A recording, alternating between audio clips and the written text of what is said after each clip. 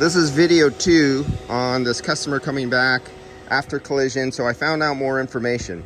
So supposedly this was not recharged, but it does have a new condenser on it. I found my invoice in my QuickBooks on January, I think it was 24th, that I did the recovery. That part was really obvious. But then in the previous video, I told you that this thing has refrigerant in it, but it's low.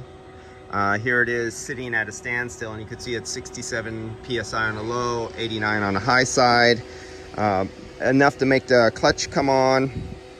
But I use my UV light to look down inside the service port, down in the threads. Now I've shown you many times before that the refrigerant dye, the UV dye that I use, that I put in all my vehicles, is really bright, and there was no dye on the outer circumference, and there was no dye down inside where it'd be injected at my port.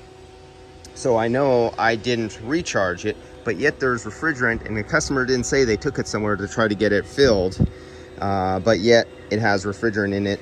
And this is a brand new condenser on here. And the car was delivered to the customer in February, recovered in January, delivered in February. So I went back in my QuickBooks manifest and looked down all for this company. I have no February deliveries for this company. I was not here for anything. So somebody did something on charging it, and the customer didn't tell them. They attempted to charge it, but now it doesn't work.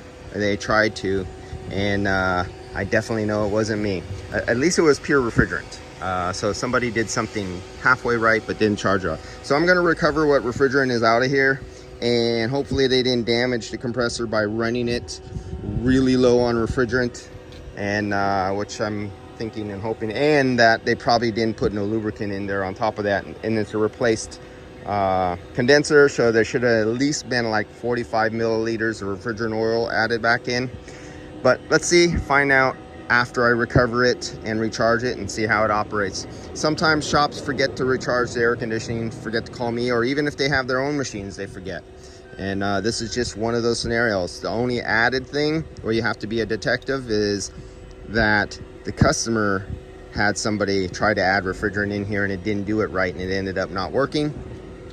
And now they're coming back to the shop, and I know I didn't do it because it doesn't have the UV refrigerant dye down in there, especially my refrigerant dye that's extremely bright. So I know I didn't touch this.